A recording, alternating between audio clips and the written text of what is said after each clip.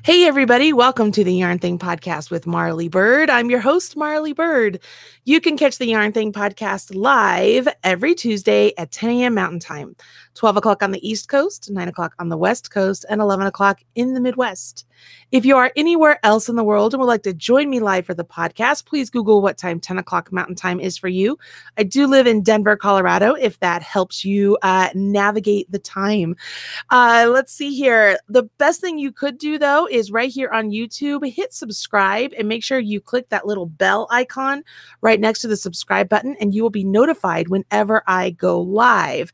Then you won't miss anything, especially when things like today happen where I have to switch the days from Tuesday to Monday due to my travel schedule. You know, life gets in the way sometimes of schedules. That's why I actually really struggle with them because all too often I have to change it up constantly. Let's say thank you to our lovely sponsors of today's podcast. We have Creative Bug, Erin Lane Bags, Buffalo Wool Company, Craftsy.com, Stitches.events, where I will be this next weekend at the Stitches Midwest Conference. So I would love it if you guys would come by and say hello. And then last but not least, Red Heart Yarns, where I'm the proud national spokesperson. You can learn more about my sponsors by visiting marleybird.com, clicking on the podcast drop-down menu, and all of the sponsors are listed in the sponsor area. You can go by, say hello, and tell them thank you for supporting your favorite podcast.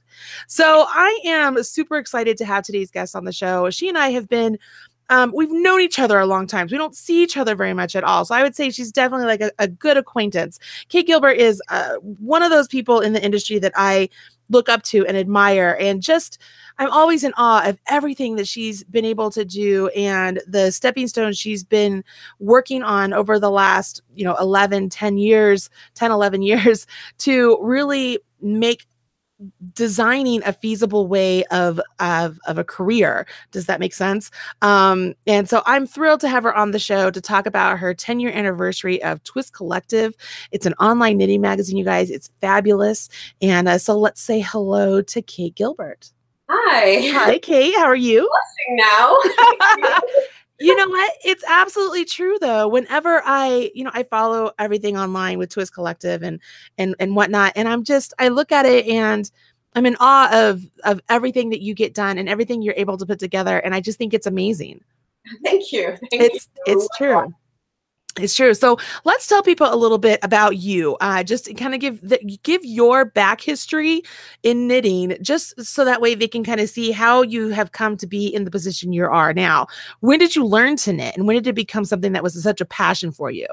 I always wanted to learn, and I can't even say really what exactly got me going. I vaguely remember seeing Cary Grant knitting in a movie, and I was like, oh, I want to do that. And I remember also playing with the strings on my sweatshirt, being like, oh, that kind of looks like knitting. I wonder how you actually knit. Little did I know it was actually crocheting. But and then just going to the store, like a big box store, and buying yarn and buying needles and being like, okay, I'm going to go to the library and figure this out. So I just kind of taught myself when I was like 15 or 16. And then it was something I just always did in the background. And when I was in college, I sat and knitted in classes and during lectures and things like that. So it was just always something I did. And one of the main things I did in the summer when I wasn't in school. That's so great. So did you automatically start designing your own projects, or did you follow other people's designs? Well, actually, I totally started by myself because I didn't, I learned mostly from Maggie Righetti and Elizabeth Zimmerman from their books. Yep. And all that was really available to me in the library was that. There weren't so many pattern books, and the stuff that I would come across looked super dorky. I was like a teenager. It was the 90s, and the stuff that I could find was like 1970s. And so I had absolutely no desire to have those kinds of patterns. And as silly as it was, I had no idea there was such a thing as a local yarn shop. Oh, I was the same way. I was like 3 or 4 years into my crocheting career before I realized there was an actual yarn shop. Yeah, I had no idea. I only figured out because I did a lot of art classes in high school, and my art teacher, his wife was a knitter, and he brought in a Kay Fassett book for me, and it just blew my mind.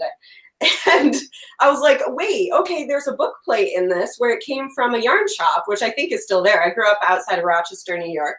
And I went there and I was like, whoa, what is this? There's actually, you can buy wool. Yes. Yes. I mean, okay. So the crazy story is, so when I started crocheting, you know, I literally used Red Heart all the time. And because I didn't know you could go to a yarn store and get actual wool. So people would talk about wool, but I was like, oh, that doesn't really exist. It's called acrylic. Like, Yeah. swear to God, I've had that conversation before. Yeah. And when I went to my first yarn store and I saw there's actual wool and all these other fibers, I was blown away. Yeah. I had no idea. Like, and then I went to the University at Buffalo. And I remember going to a yarn shop there and just feeling so completely overwhelmed. I walked in, like I had ended up with the same Kate Fassett book, which was Family Album. And there was, gosh, I have it someplace. I just moved. So it's actually probably hidden in my office right there in the boxes. So I remember walking into the yarn shop being like, okay, I want to knit the adult size sweater, but I like the colors that the kids version are made in. Like, how do I do this? And of course I need like 22 colors or something absurd.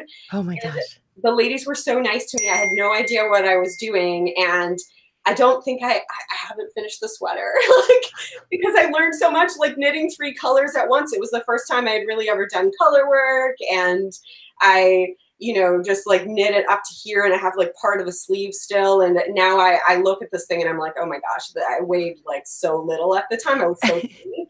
I'm like, maybe I can turn it into a pillow. Like, I might just take the body and make it into a pillow at this point. But that's fantastic. I throw it out. I've had it since probably 1995. I love that. I love that. So you're doing stuff your own. You're trying to do Kate Fassett designs. I love it. When did you first self-publish your designs? And at the time, it was pre-Ravelry. So how did you do that? Well, I was always kind of knitting my own stuff and making things up. And sometimes they were gigantic disasters. There are a lot of gigantic disasters actually in my history. So, you know, hang in there and own them. But so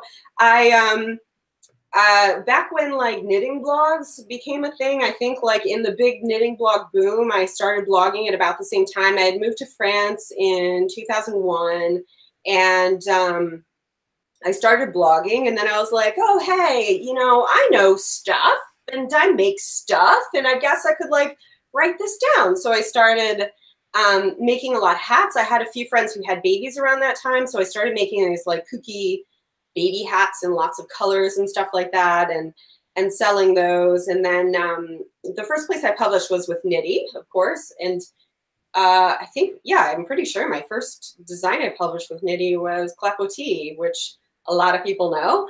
But and that must be like 14 years ago. And then I just started publishing more and more. I started submitting to Interweave, and Pam Allen at the time was great to work with. And she and I worked nicely together. She liked my stuff. So I started doing more and more for Interweave. And I remember the first project I did for them made it on the cover. And I remember getting it in the mail in France because I couldn't even buy the magazine in France. I had no idea. And I got it in the mail and I was like, so yeah. And then I just started publishing things on my own a bit more online. I love that. So, I mean, this is right at the start of PayPal, because this is like right at the start of eBay, who bought PayPal. Like I've been a part of PayPal since before eBay owned it. Like I remember that. And so how did you self-publish? Did you do free patterns? How did you get money? Like how did that work? Well, I started selling them because I mean I always sort of felt like if you put in the work, then you deserve some kind of, you know, even if people are just throwing a couple dollars at you. I think I was selling my hats for like $4 or $5. I don't even remember anymore. And I just started like selling them online. And I mean, I guess Clapotis really sort of exploded, which I mostly missed because I was living overseas and I sort of like had no idea it was such a big deal until people started telling me it was a big deal. That's funny. And so yeah, at that point I started publishing a bit more, but That's so awesome. That, Clever Tea has over 23,000 projects on Ravelry. 23,000. yeah. And I mean, that's not all of them because not everybody puts a project out there. Even I made one. Like, I mean, it was like that's what you do. It was the thing to make. And Knitty, I've had Amy on the show before, and she single-handedly has started so many different careers. Like, it was in the sense that is the first time somebody got published was in Knitty. And then to look at where they are today is amazing. You have Yasilda, you have Stephen West, you have you. I mean, there's so many wonderful designers. That's a great place to be a part of, history there. Mm-hmm. You mentioned, so you're working with magazines, you're a designer, you've always, been like, I'm doing the work, I should get paid, as we all should be, whether you're designing or making work for craft fairs. Like, don't undercut yourself. And I'm assuming that led to where you started Twist Collective, and it was a great place for designers to come, and you're really creating this wonderful avenue for them. And I'm going to tell my little story about you real quick. It was actually the first TNNA I'd ever met you. I think it was one of my second TNNAs. I'm not sure. You were walking the floor and you were trying to sell ads in the magazine. Oh, right. And I was like, "Hey, what are you doing?" And she's like, "Well, don't tell anybody, but I'm starting a knitting magazine." I was like, "Really?" Yeah. And I found the thing that we had to go talk to people. It was like Irene, who was part of Twist at the time, like one of my partners, she put together this sort of media kit. It was in this folder. I just found it the other day. We didn't even have photography at that point. So it was all kind of pretend. Yeah. This is what we want to do. And I had to go try to explain it to people. Yeah. I also had to explain it to the designers. I had to call up designers who I knew only a tiny bit or I knew of, and like reach out through other people and be like, "Hey, can I talk to you? This is what I want to do." And sort of explain what the idea was. Because, I mean, the idea was I wanted to create a magazine where it was like a really good place for designers to publish. I wanted to put the designer first, pay designers a very generous royalty of each pattern sold. So like the previous, what's the word I'm looking for? Like the way things worked, the model was designers got a flat fee. You could have an extremely successful design or a design that didn't sell well, and you got like, this much for a sweater or this much for an accessory, depending like who you were, et cetera, et cetera. And I thought, you know what, people are buying yarn to make designs a lot of the time. I mean, that was how things were at that point. Mm-hmm. And I felt like designs were what was moving the yarn and like kind of driving the industry. But designers, I think somebody at one point I recall did some sort of breakdown of who gets paid what in the knitting industry, and like designers were like at the bottom. I think we still are. I mean, we are not. Photographers below the model, below, everybody. And I thought, well, this is not quite right. How can we do this differently? So I decided to publish online, which nobody was doing, because I mean, I love a print magazine. I love a book. I mean, there were people online, like Knitty was online, obviously. Right. But people weren't selling patterns online as a magazine. Right. Individual designers were selling on their own blogs because there was no Ravelry at that point, but magazines weren't selling online. Right. So I kind of came up with this idea, and then I was not entirely sure if it was going to work. Honestly, there was a lot of pushback. People were like, "What do you mean it's online and I have to pay for a pattern?" There were people who weren't really very happy about that. Right. I remember sitting down the first day, like we seriously had no idea if we were going to launch and people were going to be like, "Nope, not interested." And I remember sitting down the first day, and this is how long ago this was in my mind, because my daughter at the time was 2. And she's starting high school next week, which in Quebec, high school is 7th grade, so context. But, and I remember sitting down and just like realizing that it was working and people were saying nice things and people were really happy with it, and just bursting into tears because I was so tired and so overwhelmed. And I remember my daughter walking up to me going, "Mommy crying?" And now today she's like taking the bus by herself to get. I love that. And, you know, it's so weird to me. It's like such a lifetime ago. Oh my gosh. I love that so much. And you know, because Josiah is my 12-year-old and he's going into 7th grade this year too. I remember we had talked about that because I had a 2-year-old at the time as well. I mean, how exciting to be you're such a revolutionary in this side of the industry. And we talked about this briefly, but we've seen the industry change so much just over the time frame that we've been in it. I mean, think about this. We've been in it since Knitty started, since Ravelry started, since Twist Collective started, since Web's got yarn.com. You know what I mean? Like, like it feels like such a, you know, a huge space of time where all these things have happened, but it's not really that long. It's just things have moved this quickly. It's just a lifetime in the knitting world. So right. yeah. So let's talk about Twist Collective a little bit. So because people are asking, so there's a lot of people here in the chat room saying hello, and they're so excited about everything that you had started up. They're like, this is really great. What was your vision with Twist Collective? I mean, yes, we talked about the designers, but let's kind of take a step back. Had you ever had any experience with putting together a magazine or any sort of editorial concept of getting the models, getting photographers, doing a layout, having a copy editor, and then you have tech editors and all that such? Well, a little bit, because I studied graphic design.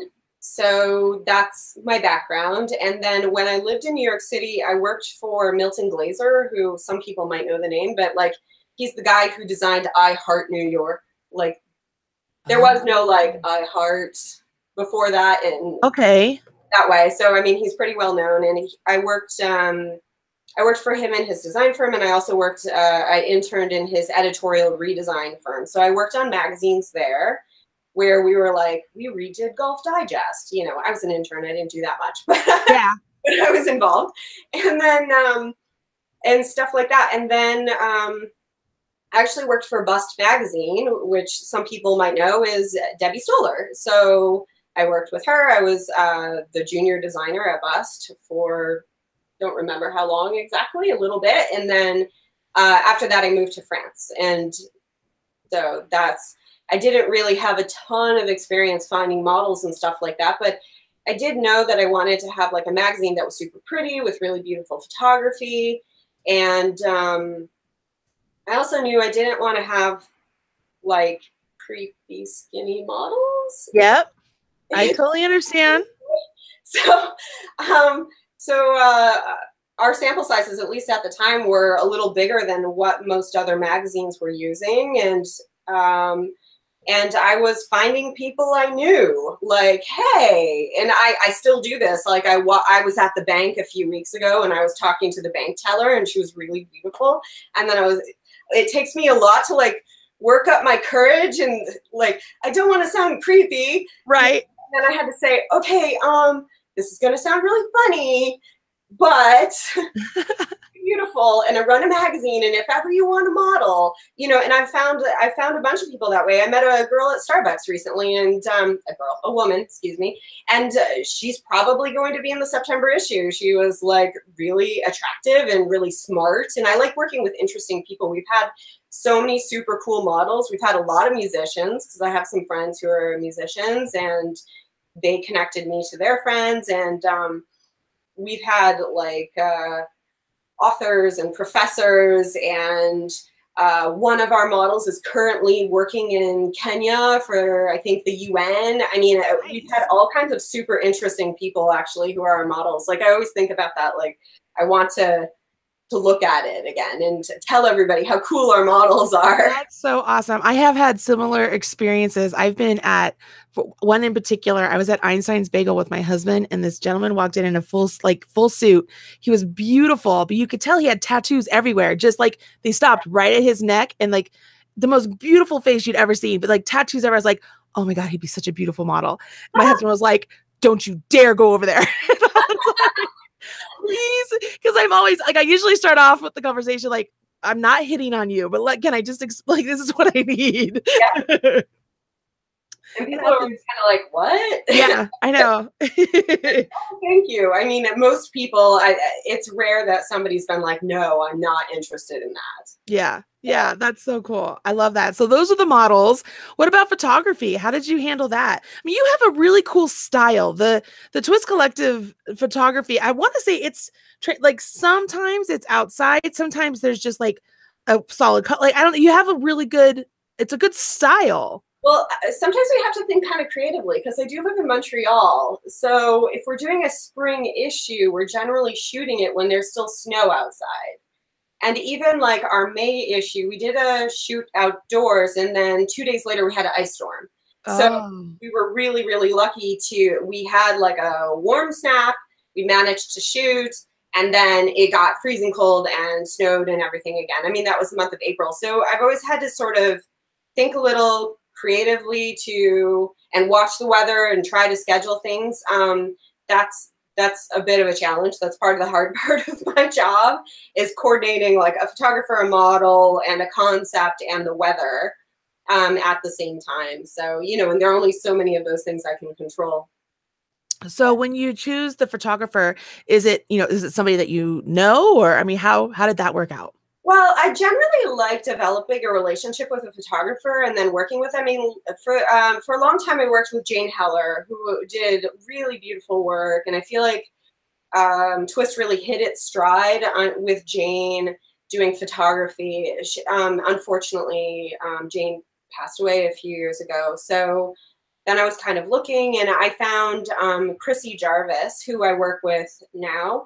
And Chrissy's just like an awesome person. She's super cool. She's super nice. We like to shoot the same way. Like we like to go it to be like her and me and the model. And if we need an assistant, sometimes we'll bring in an assistant, but we don't like to make like big, super fancy shoots where we have a hair person running around and a makeup person running around. It gets too complicated. We like to be able to like move around and change plans and do what we need to do. And also the thing is like, most photographers are not knitters. Right. So Chrissy now, she's like so proud of herself. She'll say like, hey, do I need to get a shot of the gusset? Like she's really learned like the parts of sweaters and socks, and she knows what it's about now. So working with her is great. It's like I don't really want to use the word trained, but like once I've kind of trained a photographer to a certain extent, it's really great to keep working with them because then they know what's what and you're not starting from scratch. Absolutely. I just had a question and my brain like fried out on me. Don't you hate? It happens to me all the time. It's because I'm constantly having questions pop in my head. It was photography. Oh, stylist. You have really great styling. Oh, thank you. That's me. Okay. I was like, the style is it's just wonderful. So, I mean, how do you go about selecting the different things that you're going to have them wear? Well, I have several bins of clothing that I've just kind of, some of it's my clothes. Sometimes I pull things from my own closet, or I've gone to friends' houses and sort of, especially like when we're doing a winter shoot and I need a bunch of jackets. I don't want to shoot like the same jacket over and over again, and buying jackets is very expensive.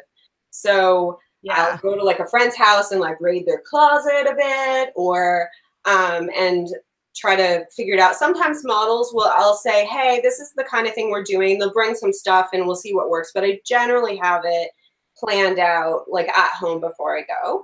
And then I also go to stores and shop and tuck in tags. Yep, absolutely. So I'm the only one that does that. On different shoots that I've been on, other stylists do that all the time. Yeah, I'm really careful not to get them dirty. That's why I don't like to buy coats. Coats are so expensive. I get really nervous. Yeah. So, sometimes I'll see a coat that's perfect, and I'm like, oh, I really want this coat for this accessory set, but it's like a $300 coat. And then, God forbid the model like slips and falls in a mud puddle. Then what do I do? Then I have a $300 coat that doesn't fit me. Right. So yeah, it's generally that. It's a combination of trying to find the right things in stores and pulling from closets and my tickle trunks full of stuff. I love that. I love that. The styling is fantastic. So out of all of that, besides changing photographers and such, has any of that changed from the first issue to the 10th anniversary issue, which was July? Like what I mean, as long as about the aesthetic of the magazine or anything, like what has changed with the magazine in that time frame? What have you learned? Oh God, so much. I had no idea how much work it was going to be, honestly. Like, oh, I'll start a magazine. I'll get the stuff. I'll take pictures of it. I'll put it online, and there you go. Like, you don't realize how much coordination it actually is. Like, you have to send out a board for submissions, and then you get in the submissions, and then you have to say yes and no to people, which, like, I hate doing. I love saying yes, but saying no stinks. Yeah. A lot of times we had to say no to things we really liked a lot. We just couldn't make everything stick together. And then we also have to assign yarn. You have to say, like, okay, I have these companies I want to cover, and these companies do this kind of yarn, and these do this kind of yarn, and then I have to line it up with the actual designs that I want to put in the issue, and then I have to make the colors work together. That is one of the hardest parts, I think, is getting the yarns to work. It's like this gigantic puzzle, like a logic puzzle, where it's like you have all these variables and you have to make everything work together because you want the design to be as good as possible. You want to use the yarn in its best light. You want the colors to work. You don't want to be shipping yarn overseas, as you want to avoid that as much as possible. Like, who can deliver yarn quickly? Who lives near that person? Like, all that kind of stuff. And then, yeah, I think I've learned a lot about managing kind of like a bunch of people scattered everywhere, because pretty much nobody's in Montreal with me. So I read a lot of emails. I think it's awesome. I love it. So let's talk a little bit about the July issue, because first off, the cover image with the balloons and the 10, like, that's so perfect. You got the perfect shot. The thing you don't know is that the 0 blew away. Oh no! We were able to shoot it, and then we had to go buy another one. Oh no! Crazy. It was nuts. Like, it just we were trying to blow up these balloons with a helium tank in the back of my car, and of course it's like a super windy day, so the balloons are like flying everywhere, getting into this giant tangle, and then the 0 just slips out, and we're like, no. Well, it looks phenomenal. So, you know what? Like, I've put a link in the chat room so people can check it out, but it's also on our show notes. So everybody, if you need to check out the show notes go after the show, if you don't mind, like, pay attention to us for a little bit, but it'll be over at marleybird.com. But as people can flip through the magazine and see the different things, like, I know that you have stuff behind you. Do you want to talk about some of the items? I love the piece you're wearing, and I love the person who designed it. So, awesome. Yeah, she's one of my favorite people too. This is a Linnea by Sandy Rosner, and I love it. And I mean, I actually really like how it fits me. The model's a little smaller than me, and so you can see in the magazine it's a little baggier. But I mean, I like a good tight sweater. It's my thing, but I know it's not everybody's. But yeah, it's got all these like garter stripes that go in different ways, and I love the way it's constructed. I think it's super interesting. It's got to be a really interesting knit, and Sandy writes such a great pattern. I know the pattern must kick butt. Yeah, she's phenomenal. So that's fantastic, and that's in the issue. But I'm gonna let you go ahead. Well, I love Classic Elite, and I'm very sad about Classic Elite closing. But this is a Classic Elite yarn. It's Liberty Wool, and Webs has closeouts on this yarn at yarn.com. So you can actually knit this sweater very affordably right now. There are lots of color options, and if you go to twistcollective.com, you can find it like in the information about this particular sweater, or if you go look for it on yarn.com, it's there as well. Perfect. So I'm going to let you take it away. Just show us what you want to show us and tell us what you want to tell us. Okay. So this is like what I'm wearing, and all this is the whole July issue. So I guess I'll start with the shawl, because everybody was in love with this submission when it came in, and I just want to make sure I don't mess up anybody's name. So this is called Greenwich.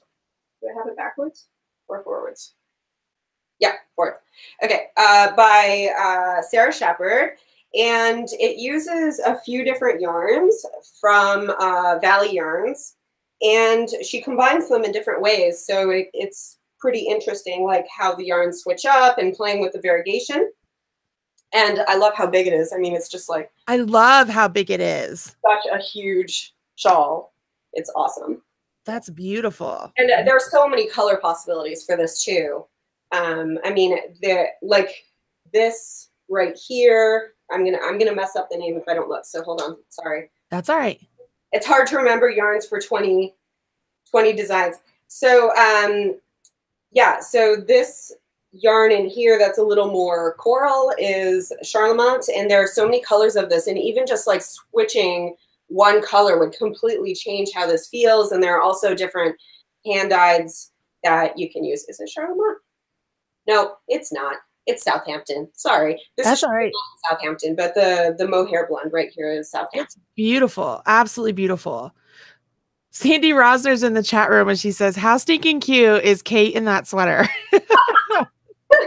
Very cute. Absolutely adorable. And here's another fun shawl. This one is called Osculation. It's Katrine Birkenwasser. I'm assuming it's Birkenwasser because I don't speak German, but I'll try my best. So yeah, it's like a few different colors of garter stitch, and it's in a really interesting shape. And of course, obviously, you switch up the colors, and how this feels is going to change completely. And you can see it makes a really nice shawl for wrapping in, you know, in winter time. You can wear it more like you can wear it all different kinds of ways, and I think it'd be awesome. Oh, absolutely. I'm doing a shawl right now real similar in shape to that one in crochet though, but it's just that shape is so perfect. There's so many opportunities or different ways to wear it. I'm going to keep showing shawls since we're talking about shape here. Doing it. Yeah. This one is called Bellflower. It's by Laura Patterson, and it's worked in Rowan Fine Lace.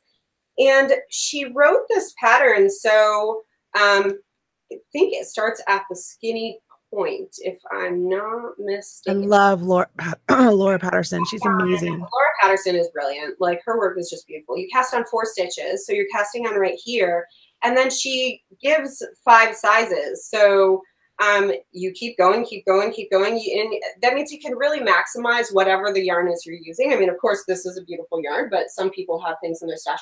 There's also, it's a little hard to see. Can I get a piece? Yeah. So there are beads. Oh. And she chose a color that's a little metallic and just gives like a tiny bit of shimmer as you move, which I like it when it's really subtle like that. I like that the beads add a little bit of weight to something that's a real soft yarn like that. I think I love that the most. This sweater here was on the cover, and it's called Windjammer. I have to say, like, 10 years in, we've published about 900 different designs now, and I don't know, like 200 to 300 designers, and my brain has reached its saturation point for pattern names, and I'm already, like, my brain's already retaining the pattern names for September, so July has already left my memory, so thank goodness for tags. But right. This is Windjammer by Tori Gerdes, and I'm so sorry, Tori, if I'm mispronouncing your name. But I mean, I love a good sailor stripe. Yeah. And it has, you know, like this hem that's a little longer in the back, which is definitely a thing we're seeing a lot in ready to wear right now, but it's subtle. It's not, I like how it's not like a super long thing. And I just think this is a really cute sweater. I love a boat neck. It's one of my favorite styles to wear. So. That's cute. I'm so with you on naming stuff. I really struggle with naming things. Yeah, I struggle to actually name them too when we have to come up with names for things. And I have to be like, did we use this name? Oh my gosh, right? Yeah, totally. I don't know. Tell me things you want to see and I'll show you. I don't know. I want to see all of them. They're fantastic. It's nice to see them because, I mean, first off, so I talked about that. The photography is really fun and just it's a lot of neat. It's a lot of neat. Man, my words are going great. Going great. Woo! It's nice though to have you holding them up and talking about them and showing them a little bit more. Like you just get to see them a little bit more. Yeah. So this one is called Avalon.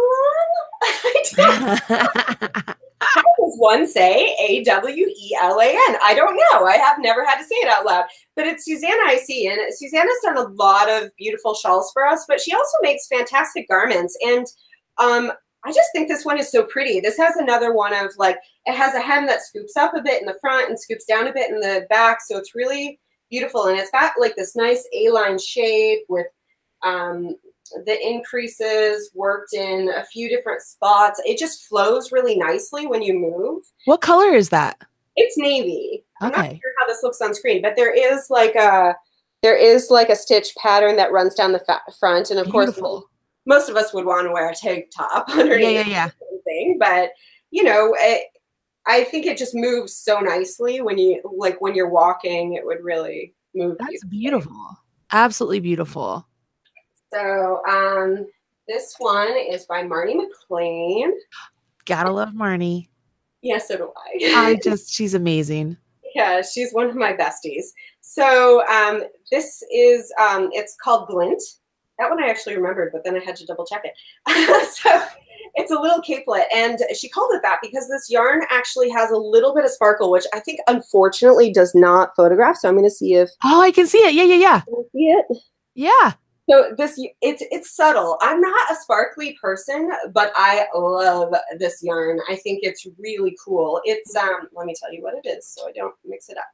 It's Katya Alpaca Silver. And love that. Yeah, so it's just this cute little capelet, which I think would be really pretty on top of a brightly colored dress, you know, for a wedding or something like that. Yeah. People are loving it. People are loving all the pieces. Barbara is saying that leggings under she said black, but the navy one would be super cute. Yeah. Yeah, I absolutely agree with that. So many beautiful things. Oh, keep going. This is fun. I love this. This is like one of my favorite things. Show and tell. We actually have two shawls that have some mosaic knitting in them. Which I love. Can I just tell you, I love mosaic knitting. Yeah, I said this on the Ready, Set, Knit podcast. I said this to Kathy. Like, I was never a fan of mosaic knitting. I'd never tried it either. But I was like, why would I want to knit each row twice? That's stupid. Yeah. You know, and I was really against it. And Barbara Gregory, who I adore, was doing a lot of mosaic knitting. And I was like, oh, wow, this is really pretty. I like what she does. And so a bunch of years ago, I had her do an article for Twist about mosaic knitting. And also, if you don't know Twist Collective, but I call it Twist for short, we have a lot of super articles about techniques. We have a lot of, and Sandy Rosner has done a bunch of them. We have a lot of really great technique articles where you can learn a lot. So, yeah. So Barbara was doing an article for us about mosaic, and then I looked at the issue and I was like, oh no, we don't have anything that's actually in mosaic in this issue. I really would like to have something. So who was left without a design to do? Me. I had to come up with a design in mosaic, and I was kind of like, I don't want to do this. And then I started doing it. I was like, oh my God, this is so much fun. I had no idea. I didn't really understand the point of it. And now I'm a total convert. Yeah. I think it's like really, really fun to do. It's really easy. It's something I really enjoy. But this one has mosaic here. And I'm going to mix up the name if I don't look at it. So hold on a second. This is called Concourse. It's by Lynette Holsa. And yeah, so we also have, you know, everybody's favorite, like 2 different ombre yarns. These are Freya Fine Hand Paints Ombre Sport. And we've alternated them, and it makes, you know, a really interesting kind of color change. And of course, obviously, like you switch up the colorways, you'll get a totally different shawl. Yeah. And this one here, it's called Casablanca. Now that one like sings to my heart. Like the balance of everything in that just makes me happy. Seriously, yeah. Like that just makes me so happy. It's this is Nancy Vandervert, and it's knit in Kelborn Woolens Andorra. So, and I love this color too. It's like this very subtle kind of lavender gray against a more like aubergine color. And I like, you know, the purpliness without it being like, yeah, purple. Yeah. So, but yeah, I think this one's cool too. And Nancy's done some other designs for us. She did another one that was in navy and white that I thought was really beautiful. Yeah. Yeah. I love that. If she doesn't want that, I'll take that. I love it because I would wear it loud and proud. What is the Fair Isle one? Oh, here. Yes. This is called Eigengrau. And again, I don't speak German, so I'm hoping I'm saying that right. But it's by Allison Green, and it's knit in Broco Ultra Wool DK. And so it's just like a little capelet. And, you know, you could wear it even up on your head if you were a little chillier. I think it's super cute. Or I had to stick a clothespin here because I was afraid I was going to lose it off the hanger. But it's sort of big enough in the neck. You could kind of wear it a bit slouchy over the shoulder. Cute. So. Very, very cute. Yeah. What's the, it looks kind of like a mustardy color yellow. Yeah. Which is like one of my favorite colors. And it's a hard color because some people can't wear that color. And I love it so much. Yeah, I don't do yellow personally. Oh, see? But I don't like the way it looks on me. But I love this sweater. I think it's really super. Yeah. So it's called Solaris by Nadia Stallings. It's knit in Cascade Yarn Serrata. And I wish you had like philo vision through the camera, but it feels amazing because it's got baby llama and silk. That's so great. Like, how could you go wrong with that? So yeah. It's got this neat little peplum in the back, just like a little detail without it being too poofy, and it's lacy, so it flows nicely, and it has the same kind of stitch pattern happening at the bottom of the sleeves. Beautiful. And I love this neckline. Yeah. And we have like a couple others here that are gray, which I like a gray sweater. Yeah. I love color, but I like a gray sweater because I tend to wear a lot of color. So this one's Angela Hahn, who I know you've had on. Yes. It's called Ariel. Very cool. And I really love her details. It has such nice details, like a slip stitch that goes up the side here, which I'm not sure how well you can see. It looks great. Yeah, and these triangles, and then there's also this little button up here where if you do it up, you get a little keyhole. You know, that would be very pretty. Yeah. So love it. I love it. Super easy sweater to wear, and it's made out of Plymouth Yarns Equinox, and it feels real nice. It's extra fine merino, linen, and mulberry silk. Perfect. I love how you have everything hanging up. It's like there's neutrals to your right, and there's like some color to your left. Well, this is how the photo shoots were divided, actually. I love it. I thought, I'll stick these like how I divided the photo shoots. So this one was with Alice, who's on the cover, and she's like an artist and graphic designer, and she has pink hair now, which I was like, well, that's fun. So it's the first time I've shot someone with pink hair.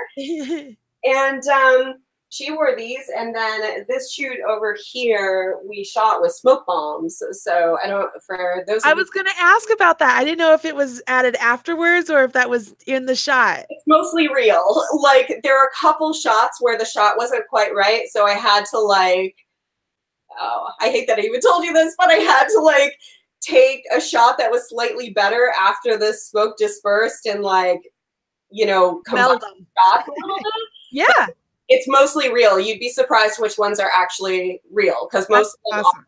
And we had to shoot so fast. There was actually a video that I should probably share. It's so hysterical. I set my phone taping, I set it inside my shoe, and I had to pull it was like a grenade. It's a smoke grenade. You had to pull the thing. It went, psh, and then we had two models, and one was there. We took her picture, and then we're like, go! And she ran out, and it was chaos. I love it. I think it's so brilliant. I mean, it's so creative. I mean, that's why I was like, oh, I wonder if she thought about that while they were there, or if that was added after. I'm like, that is such a great way to show off things in such a different way. Yeah, well, I ended up, I did all this research about smoke bombs, and I had to go to this tactical shop, for people who do paintball and stuff like that, I guess. Okay. Use smoke bombs as smoke screens, and it's just a world that has nothing to do with me normally. It was very strange. I love it. It was fantastic. Anyways, I walk in and I'm like, knitting magazine. That's hilarious. Yeah. I also wish you could touch this one because this yarn feels amazing. This is by Fiona Ellis and it's called Donostia.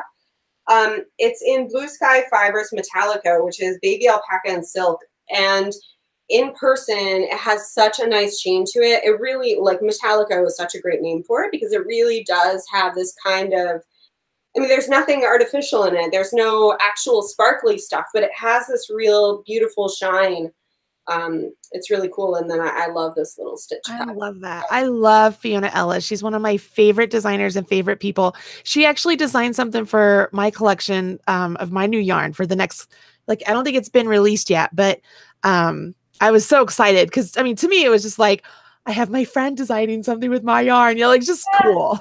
Yeah, Fiona's in Toronto, so I get to see her every once in a while. Like, she made it to Montreal for something, like, a while back, and I got to hang out with her. Like, she's so fun. Yeah. This is actually mine. This is called Liminal, and what is this? Oh, it's Haiku Kobasai DK. I never know if it's Kobasai or Kobasi. I always said Kobasi, but then I heard people saying Kobasai. I always said Kobasi. I said the same thing you said. I don't know. But it's cotton, bamboo, and silk with a little bit elastic nylon. So it doesn't grow. And it feels super. So it's just a little tank top, and then it just has this little button. There's actually no buttonhole because I wanted to be able to, like, really just adjust it how I wanted and then just, like, sew it together because it goes over the head easily. There's no, like, you don't need to button something on your back. There's no reason. So and it's a fun place to use, like, one fun button. Yeah. Yeah.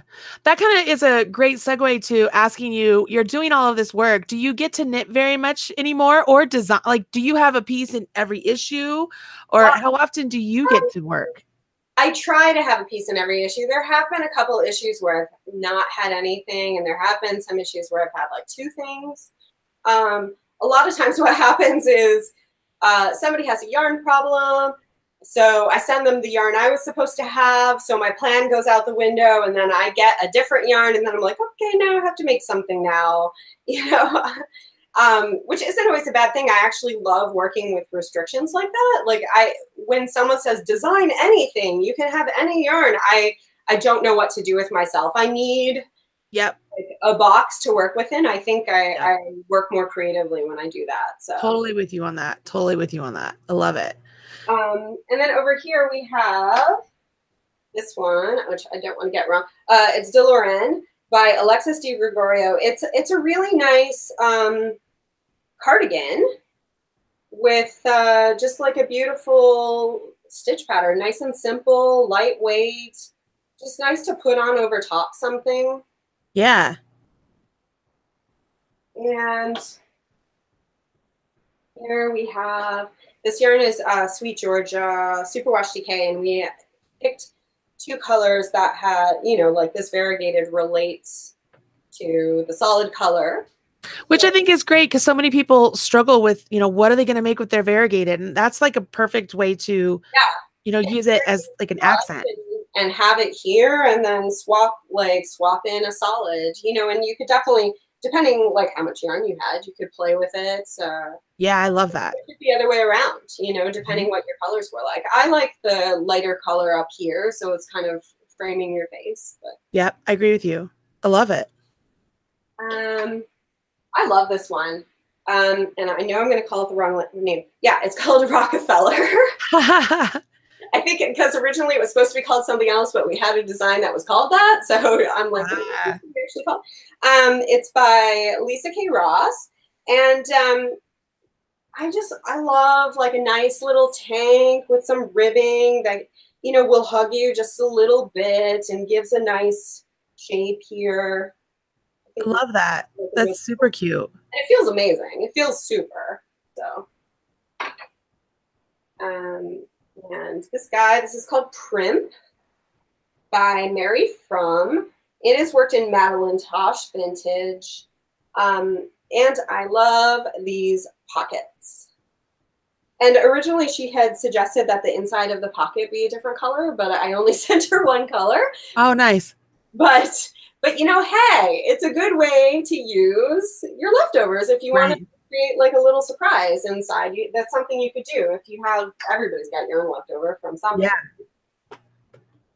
So this guy is called Metropolis by Barry Klein. It's knit in Trendsetter Yarns, New York. And it's just like, it's got such a pretty collar, and then this beautiful detail down the back of the cable and a pleat. And I just think it's real easy to wear. Yeah. And very flattering. It's beautiful.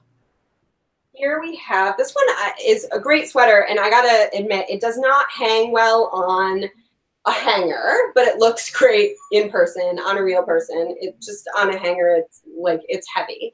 So this is called Intrepid by Lars Rains.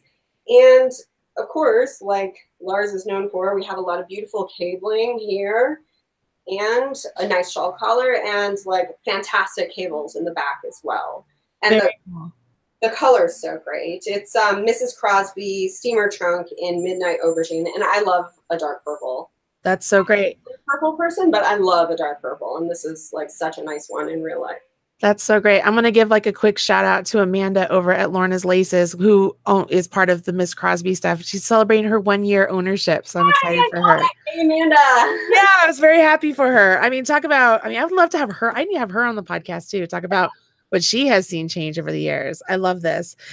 You know, I know that you couldn't do all this without the team that you have behind you. And when you decided to start Twist Collective, did you already have an idea of, okay, here are the people that I want to make sure are a part of this? And how many of those people are, you know, that started with you are here today? Like the technical editors, the whatever it may be. Designers are. But I mean, originally when I started Twist, there was Mary and Julia and Irene, who were all friends. And all of them had other things going on and eventually moved on. But designer-wise, I mean, Fiona Ellis, she's been in every single issue except the May issue. I think she didn't have anything in the May issue. That's the only issue she ever missed. And she was on the cover of our first issue. Wow. So, and Marnie McLean's been in pretty much every issue, I think, since the start as well. And, you know, she worked with me for a long time. She was kind of like my right-hand lady helping out. Sandy was our head tech editor for a long time. Allison Green was one of our first tech editors. And, you know, I had to put it on the ground because I didn't want to stay on the sweater. It's all right. But this is Allison. So, I mean, 10 years later, Allison's still here. We have, I mean, I'm happy that I'm able to publish new designers and also still have relationships with people who've been around for a long time. And I think, you know, there are a lot of people who I think to a certain extent, like, started going with us, you know, started getting publishing with us and some other people. And, you know, now we're off doing other things. Yeah, I love that. So we've got to talk a little bit about your publishers, Kathy and Steve Elkins, who own Webs. If those of you out there have never checked out yarn.com, which you have to have, even if you're just like new to knitting and crochet, how many of us just did yarn.com to see if anything came up? Well, that would be them. You want to tell us a little bit about how that relationship came to be? Well, I started thinking about like what I wanted to do with Twist, and there are ways I wanted to grow it and change it. And I thought like, okay, who can help me do that? Because, I was not going to like get a warehouse and start mailing yarn to people. And then I thought like, well, who's already doing that? And Kathy and Steve were an obvious, company to talk to, right? Because they were one of our advertisers since the very beginning. And it seemed like it would be a nice kind of symbiotic relationship. That's great. I love it. And it's going great. I think it's almost to a year now, right? Or it is a year? Yeah, it is a year. It's already been a year. Yeah. That's cool. That's fantastic. So with all of this excitement with the 10th anniversary, I know you just shot the September issue. People might be a little bit confused thinking it comes out every month. It's not monthly. It's, would you call it quarterly? No, we're every 2 months now. Every 2 months. Okay. So that way new people who are like, okay, how often can I get it? And then I noticed you can buy the whole issue for a one lump sum, yes, or it's a la carte. Yes. So I want to make sure people understand that. Right. And looking at the magazine is free. Yeah. All of our articles are free. All of the information is free. It's when you want to buy a pattern, you can either buy that pattern or you can buy the entire issue. We do also have a couple collections online, like Susanna IC, who I talked about before. We did a collection of her shawls like a year and a half ago or something like that. And it's some of her favorite shawls she's published with us. So Love it. Yeah, we do have a couple collections there, but we also sell each issue as a unit. I love that, which is a great segue to today's prize. So go ahead and take a drink. I'm going to tell the audience how they could possibly win a prize. Okay. So poor Kate, she's been talking a lot. We put her to the test. So those of you who are new to the Yarn Thing podcast, welcome. We are blessed that we have guests on the show who always offer a prize, either to a live listener or to a commenter, or we get those wonderful guests who offer it to both. So if you are listening live today, you're over here in the chat room, you're hanging out, want you to go ahead, leave a comment that says, I want to win. Leave a comment that says, I want to win. That's sort of like your entry thing. I'll randomly select a winner over there from somebody who says, I want to win. And you are actually going to win an ebook of the July issue of Twist Collective, the 10th anniversary issue. So everything that Kate just showed you will be in that issue. So you get to be a lucky, lucky winner. Again, this giveaway is only for the live listeners. So if you're catching the show after the fact, you can still say I want to win, but you will not be entered for a chance to win. And you'll get that here in about 5 minutes when we select a winner. However, there's still a chance for you to win.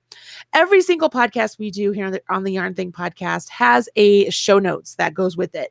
And that typically is it's a place for you to go that you can find links to different things we might have talked about, some images, all of the good stuff that you need, the meat of the stuff is over at marleybird.com. All you need to do is go to marleybird.com, click on podcast on the drop-down menu, and you'll see where it says show notes. Find the show notes for the show you are watching. So for today's show, it would be with Kate Gilbert, Twist Collective. And at the bottom of those show notes, once you read through them or whatnot, you'll see where it says leave a reply or leave a comment. And you are literally going to leave a reply or a comment with the keyword happy birthday. So Kate gave me the key phrase, because it's 2 words. So key phrase, happy birthday. And once you do that, that is sort of like your golden ticket. That's your proof that you watched today's show. You left your comment on the show notes. And then we go back about, I'm going to say 6 to 8 weeks and from the original air date of the podcast, and we select a winner randomly. It's totally randomly chosen. So for example, several weeks ago, we had the lovely Amanda Pauley from Pauley Studios on the podcast. You guys love her pottery. Amazing, wonderful stuff. And she is giving away a mini yarn bowl to the person who left a comment, if you remember correctly. So what we've done is Caitlin went over, randomly selected a comment as the winner that used the correct keyword was paw print. Remember, because they have their studio cats. And the winner is Beverly Camps. And Beverly's comment was, love watching the Pauley Studios demo today. Love seeing the paw print logo on the mugs. Yarn bowls are great. I'm thinking I need to order some of those mugs for my knitting friends for Christmas. Great idea. Thank you, Marley, for thinking about Christmas and paw prints. So she just wanted to make sure she got paw prints in there. So congratulations, Beverly. We've already sent you an email to let you know you are the winner. Just respond back with your mailing address and phone number, and we'll make sure you get the prize as soon as possible. So that's how easy it is, you guys. You make sure you go to the show notes, leave your comment, including the keyword or key phrase. For this show, it is happy birthday, and you are entered for a chance to win, again, the July issue ebook of Twist Collective. So thank you, Kate, for offering that wonderful prize to everybody, because I know that they're going to be excited. Everybody is writing, I want to win. They're not even listening to me anymore. They're just typing, I want to win. Thank you so much for having me on today. It was really fun. You know what? Person one of these days. I know, it would be great. I've never been to Montreal, so someday I'll get up there and be able to, putz around and see some stuff. It's just, I know I started the podcast saying, oh, it's such a great to watch you and stuff, but it's absolutely true. Like watching everything that you've done and knowing the amount of work that goes into putting together something like this. I mean, even just a general designer collection is hard, but I couldn't even imagine looking for for sponsors and publishing and just the website work. Holy moly. I mean, there's so much that is involved, and I really hope people can get and appreciate how much work it is, because I know it's a lot of work, and we appreciate you totally. Like, this is great. Thank you. Thank you. It's wonderful. All right. So I am going to scroll up and down on the show notes, and you tell me to stop, and wherever my mouse is, that person will be the lucky winner of the ebook. So I'm scrolling. You tell me when. And that's my bad drum roll. Stop. All right, stopped. Bobby Miller. And my mouse was directly on. I'm guessing that's a girl, Bobby Miller. So Bobby, congratulations. I need you to email me winner@yarnthingpodcast.com. And what do you need from her? Just her mailing address? Or I mean, not her mailing, her email. Yeah. So I just need her email. Okay. So Bobby, once I get your email, I will send it over to Kate, and you'll get the ebook. I'm assuming it'll go to her Ravelry thing. We can make that happen. If she tells us her Ravelry account, then we can hook it up with her Ravelry account. All right. So I am telling her, forgive me while I type, because otherwise I will mistype something. Actually, this is a good thing to know that I'll mention while you're typing is yes. When you buy a pattern on Twist Collective, it goes into your Ravelry library. You don't even have to buy it at Ravelry. You can buy it on Twist, and it will go into your Ravelry library. That's really cool. That's really awesome. I love it. Well, it has been seriously a true delight to have you on the podcast. I can't wait to see the September issue. I wish you much success in the future with anything that you do, because it's just gold. You just have spectacular work. And I still it's funny, like the Peapod baby set. Do you know, I have that pattern. I know that it's not available. I have it. To republish it, and I just kind of like never got around to it. I have it written someplace with an I added on a pair of booties too, but like I just never got around to it. Maybe one day. You know what? You should put that in an issue of Twist Collective, because I bet people would just go crazy over it. That would be awesome. Anyways, it's one of those things that I have it. I'm like, oh, I should knit that up again. Like, I've knitted up several times. It was actually the very first time I'd ever read a knitting chart. I'd never read a knitting chart before. Yeah, I have a baby niece, and when she and a nephew too, who's like 3.5, and I'm like, oh, I should have made that for them. Oh, wow. Well, I know that you have a busy day ahead. Thank you for joining me here. We really appreciate it. And I want to remind everybody, make sure you go to the show notes. If you are not Bobby, leave your comment on the show notes with the phrase happy birthday, and make sure you check out Twist Collective, you guys. Really wonderful, wonderful designs. And you're supporting designers, and it's just a great thing to do. So Kate, thank you so much for everything. Thank you. All right. Thanks everybody for joining us. And let's say thank you to our sponsors one last time. Stitches.events, which is the home of Stitches Midwest. I will be there next weekend in Schaumburg, Illinois. I would love it if you'd come by and say hello. Creative Bug, craftsy.com. Erin Lane Bags, who will also be at Stitches Midwest. Buffalo Wool Company. Again, they'll be at Stitches Midwest. And last but not least, Red Heart Yarns, where I'm the proud national spokesperson. And it's the home of Chic Sheep by Marley Bird. Okay, guys, I will talk to you soon. Bye.